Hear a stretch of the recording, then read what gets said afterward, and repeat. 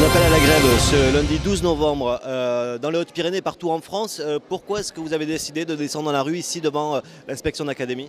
Alors, le ministère au niveau national a décidé de supprimer des postes à l'éducation nationale. Et nous sommes là unitairement pour dire non à ces suppressions parce que nous sommes un département rural, mais le service public d'éducation doit être présent partout sur le territoire.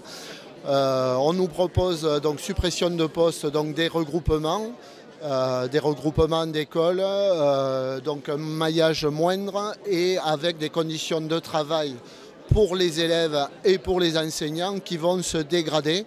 Donc nous sommes complètement opposés.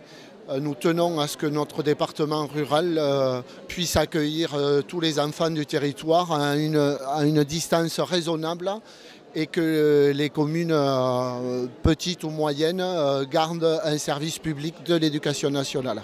D'autant que les Hautes-Pyrénées ont déjà fortement contribué, notamment parce que l'agglomération de Toulouse crée beaucoup de postes, a besoin de beaucoup de postes, et des départements comme le nôtre, l'Ariège, tous les départements ruraux voient leurs effectifs fondre. Tout à fait. Nous sommes un département rural qui, l'an dernier, avec une stabilité au niveau des effectifs, a perdu 11 postes sur le département. Nous n'avons pas pu obtenir tous les postes dédiés à la ruralité. Depuis 2000, nous perdons 130 postes sur le premier degré. Le second degré n'est pas en reste non plus. Voilà, et c'est vrai que le seul critère démographique, on connaît la croissance de population sur Toulouse avec la construction d'établissements qui est d'année en année reconduite, ce qui est normal. Mais on ne peut pas comme ça appauvrir les zones rurales de cette façon et dégrader ainsi le service public d'éducation. L'argument de l'inspecteur d'académie ici dans les Hautes-Pyrénées, c'est que, en gros, je résume rapidement, les RPI, les enfants sont trop loin, ils doivent prendre le bus pour aller à la cantine. Les petites écoles rurales ne favorisent pas forcément l'insertion professionnelle et universitaire derrière.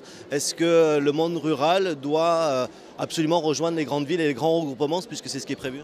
Alors pour nous, quand nous voyons les conditions de développement, nos enfants dans les écoles rurales se développent très bien et c'est un cadre qui est propice à l'éducation. Nous ne sommes pas du tout sur cette position-là. Le seul critère démographique ne peut pas être retenu.